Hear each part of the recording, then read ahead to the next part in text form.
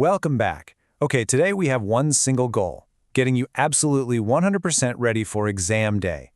We are going to guarantee your mastery of this topic by completely distilling Dr. Ahmed Abu Fatou and Dr. Zainab's incredibly vital lecture on occlusion. We're cutting through the noise and focusing purely on the high-yield concepts, those critical clinical differentiators, and the exact terminology you need to absolutely crush your written and practical exams. All right, let's dive right in. Here's our roadmap for this explainer. 1. Concepts of occlusion and trauma. 2. Classifications of occlusal trauma. 3. Functional versus parafunctional forces. 4. Proprioception, teeth versus implants. And finally, 5. A clinical case analysis. Starting off with Section 1, Concepts of Occlusion and Trauma, Building the Foundation.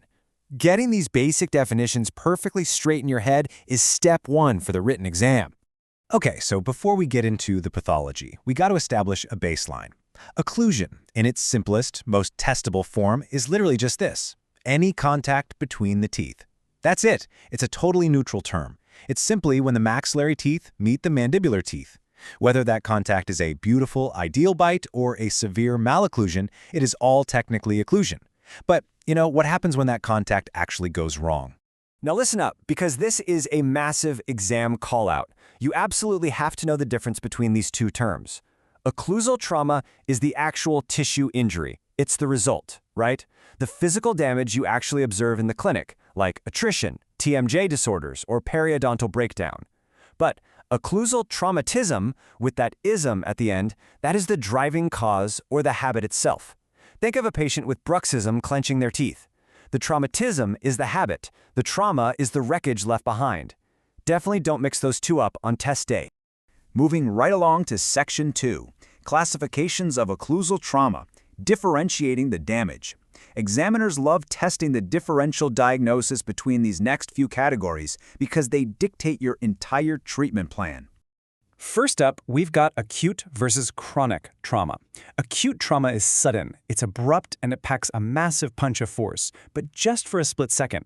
It's like when you're happily eating and, bam, you bite down hard on a hidden olive pit. Just an immediate, jarring shock. Chronic trauma, though, that's what you're going to see pretty much daily in practice.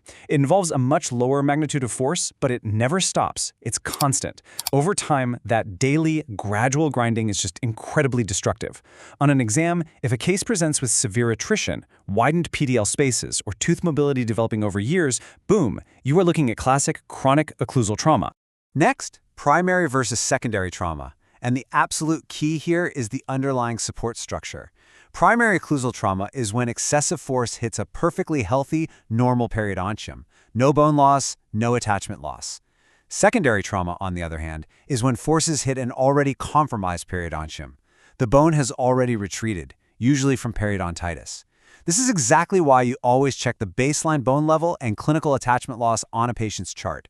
Because of that reduction in bone, even a totally normal biting force can now cause traumatic damage.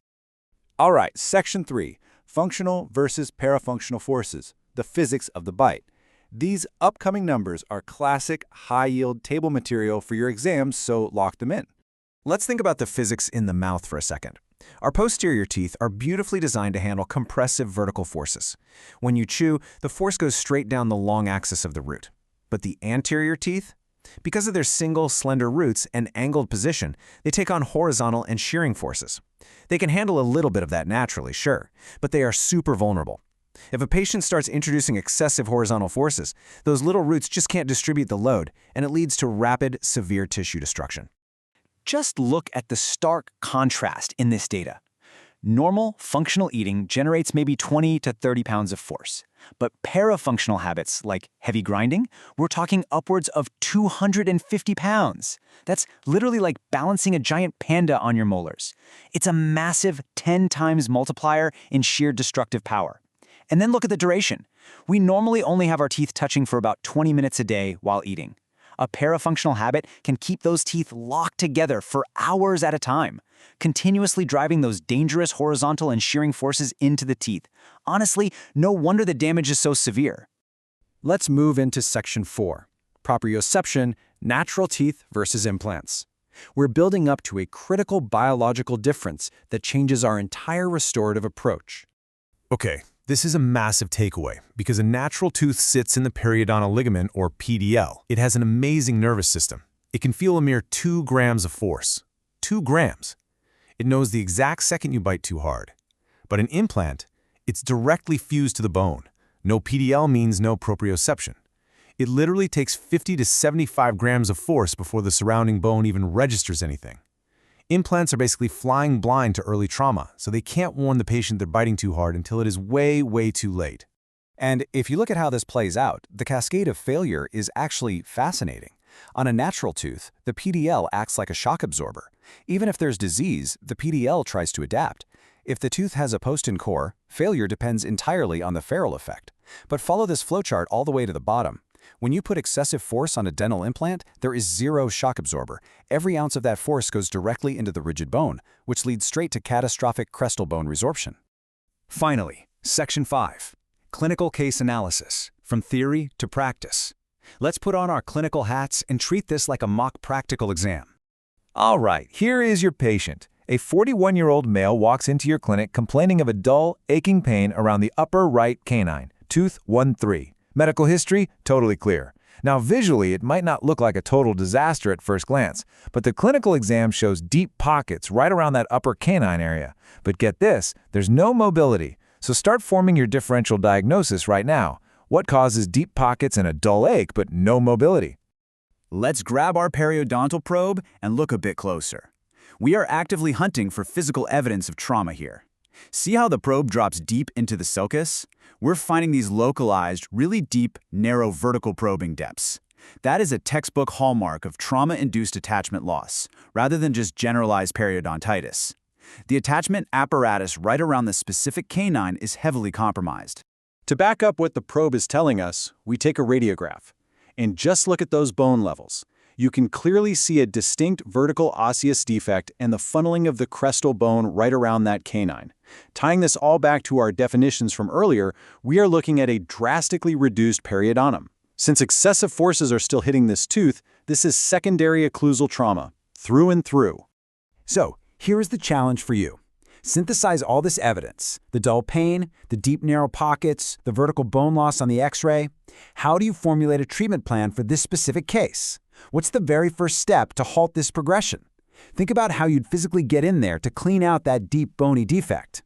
Take a mental second to lock in your answer before we show the surgical reality.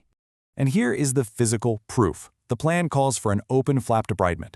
When we reflect a full-thickness flap, the severe, localized destruction is just undeniable. Look at the deep intrabony cratering around that upper right canine compared to all the teeth next door. This right here is the ultimate culmination of unchecked occlusal trauma on a compromised foundation. The visual evidence perfectly matches what we saw with the probe and the x-ray. To wrap up this explainer, I want to leave you with a provocative thought, one that ties this whole biological theory straight into your future practice. Knowing what we know now, that implants totally lack a periodontal ligament and have a vastly reduced sense of proprioception, how do we need to fundamentally alter the design of the cusps and the intercuspation on an implant crown to prevent that catastrophic crestal bone loss we just saw? Think about the physics of the bite we talked about. Once you can answer that, you have truly mastered the concept of occlusion. Thanks for joining me today. Keep crushing your exam prep, and I'll see you on the next explainer.